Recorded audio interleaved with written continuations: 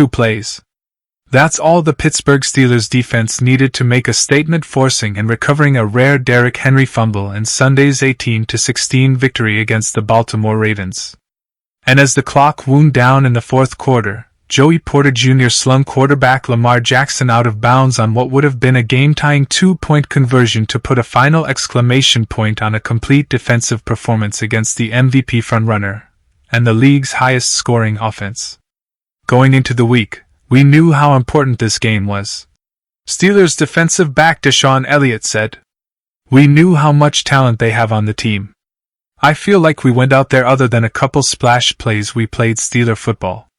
With the Ravens 7-4 and Steelers 8-2, averaging at least 30 points entering Sunday's game, the latest iteration of the rivalry had all the makings of an offensive shootout, at least on paper.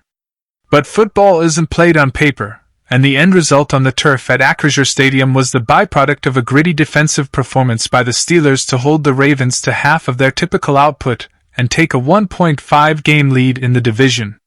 A lot was written and said about that offense coming into this game, and rightfully so.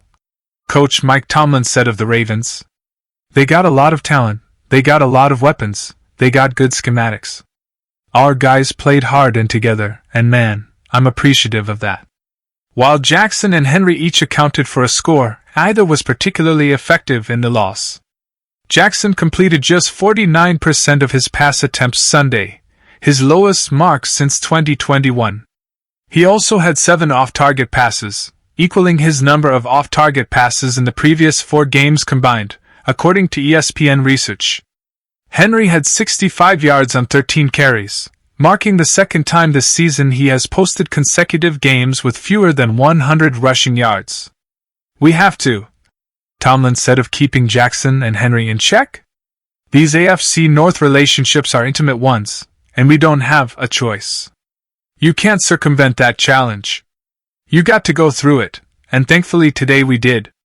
With the loss, Jackson fell to 1-4 against the Steelers. He's 17-5 against the rest of the AFC North. "I can't call it," Jackson said of his team's struggles against the Steelers. "I can't call it. I feel like we were taking strides in the right direction, and then something would happen, but I can't call it."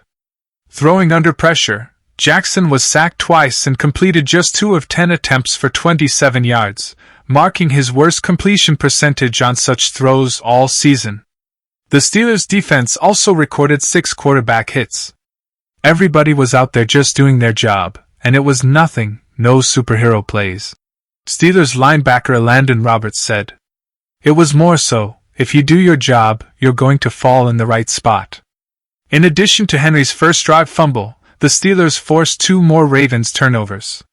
Former Ravens linebacker Patrick Queen forced an Isaiah Likely fumble with less than 30 seconds until halftime, giving the Steelers enough time to add another Chris Boswell field goal.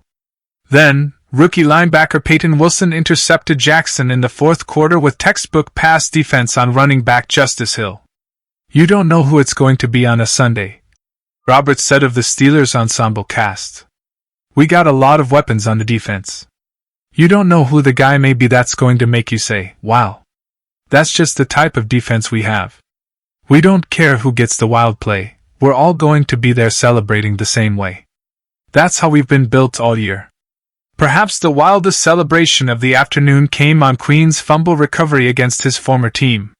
He ran to the end zone, stopping to pound his chest as he celebrated with his teammates and the frenetic Steelers fans. "You dream about plays, and some games they don't happen," Queen said. "Today everybody was telling me, you're going to get one. It's my dad's birthday too, so he was like, you got to get me one. It is just crazy how things work out." In the locker room after the game, Tomlin gave Queen, who led the team with 10 tackles in addition to his forced fumble and recovery, a game ball. And though it was awarded in the aftermath of a grudge match, it wasn't necessarily one of Tomlin's signature petty game balls. "He did get a game ball," Roberts said. "We don't call it petty. He balled."